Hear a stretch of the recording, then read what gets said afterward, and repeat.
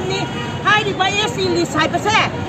ว่าเอ็กซ์กันโน้นดิสังกันชินะซีเอ็มโอ้ยดิไงที่มาทำตะกี้ผู้ถูกตระหนักกับประเสริฐงั้นสิพวกเราต้องพิจารณาคุยจะเอาว่าบางปากแต่ไม่ได้สิ่งที่ตาดูอะไรได้บางทีเราจริงๆกุฏิเจริญสิ่งนั้นลานจังเช่นหลักประเสริฐใช่ไหมaku lagi macam projek mangrai ni hai na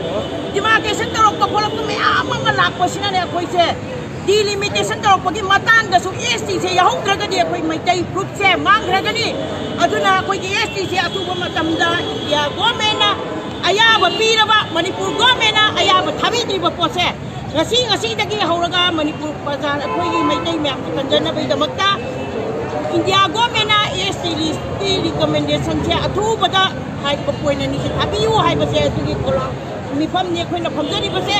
aduna ngasi gi kola o man lau jaraga akoi India government da thachang jari hai ba se akoi gi pham ba sin hai je kola tu kari kari lo dai ra kola tu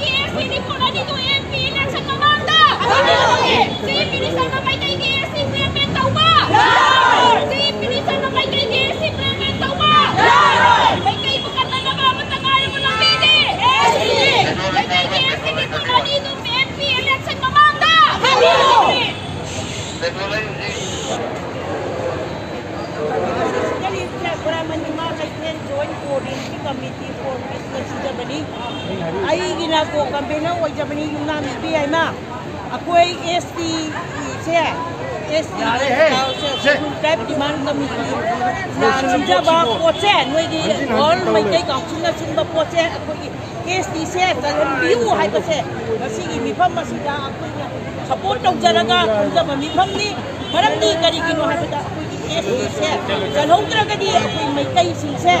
mang kaya ni hai bagi damak katong wali masing India gomena ya na ba ay na ya na ba patta ba ko naman natin India gomena ako i recommendation thabi o hai na hai na ba Manipur gomena ta da na lai ba se bagi ako may tay na prajan na se mang gi ba tare proof se kan na ba damak ta ko ngasi ko sa bani amadi may tay gi tauriba the recommendation ta hong ta ba taraga di ako se tractor talong ta taraga di thabi da ba taraga di ako se awa ba gi pa ta hian hian wasala ni hai bagi damakta